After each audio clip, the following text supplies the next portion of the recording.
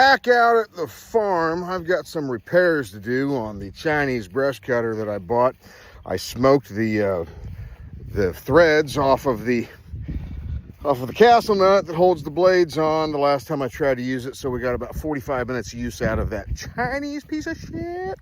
Anyway, I got a different gearbox for it. Let's hope this one holds up a little bit better. But I'm walking out in the pasture because as I pulled in, I noticed something that I haven't seen in a long time. And the last time I saw this was early spring, after a winter where we had an absurd amount of snow. But I tell you what,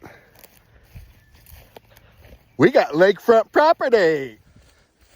Yeah, that bottom ground is flooded. I don't think I've ever seen it this flooded. Hey, buddy. Kicking up some birds, walking through the grass. But yeah, I talked to the farmer that's leasing that bottom ground this year. He was out last weekend with the tractor, and he was turning dirt. Everything that he touched with that tractor is underwater now, so I hope everything's all right. There's something out there in the middle that looks like it's unintentionally placed. Let's get a little closer, see how it looks. Yeah, so the last time I was out here, I went ahead and established this year's trails that I like to keep mowed. So Emily and Rowan can come out here and explore. That giant pin oak, I mow around it. It's gonna need touched with the brush cutter. Once I get that brush cutter fixed, I'm gonna come down here. There's a fence that runs along there. And behind that fence is actually a pond that has not been maintained and is not in good shape. One of these days, I'm going to get on the other side of the fence and with a chainsaw, get all those trees cut down, and just maybe, the excavator might be big enough I could reach over there and scoop out that pond. But that's not something that I'm willing to risk just yet. But yeah, look at this. Wild. Yeah, I don't know what that is, but I don't think that's supposed to be out there. Lakefront. Well, I mean, it is a floodplain. The Sangamon River is just on the other side of this here levee that, see, goes all the way around.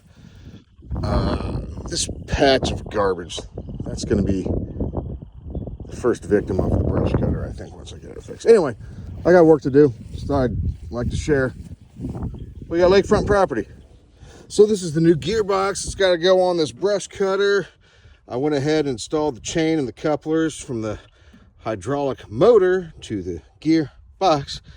And now I'm installing the bolts. And just a little trick, if you're by yourself, there's no good way to hold this wrench on that nut, because I'm going to get on the bottom side of this thing with the old Ugga Dugga. One of these real strong magnets, that'll keep that from coming off. So this is going to rotate over and take the torque, and as I screw that bolt in, it's just going to push the magnet out of the way. So anyway, if you're doing it by yourself, this is how I do it, if you can only reach one side. Let's go. 3 to go. Okay, now the fun part. I gotta get this rotating blade assembly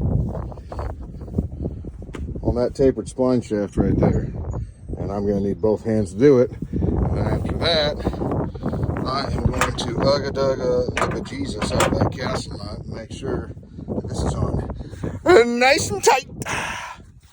Yeah, so this is the one that broke off. If you can see, I've only got 2 threads hanging off the castle nut. This one I've got at least another full thread. I probably just didn't have this tight enough, and it probably walked off the tapered splines and started beating the Jesus out of itself, and well, I got lucky and didn't get hurt. So anyway, hose connections, I'm gonna put my cover back on, and we're gonna fire this bad boy up and go hog some brush. Okay, that's on. I had that thing set on number 2 out of 3, and I Ugga Dugga the bejesus out of it. And you know what?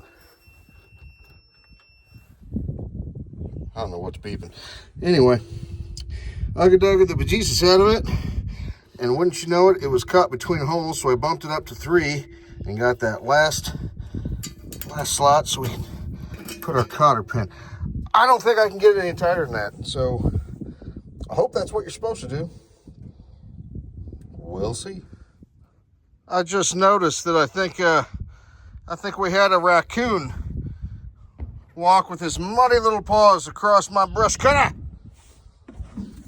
All right, so we're back together. I just put some fuel in the Bobcat, and we're gonna go cut some brush.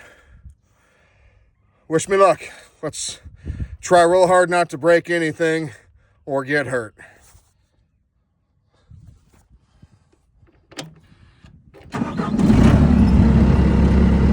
Oh,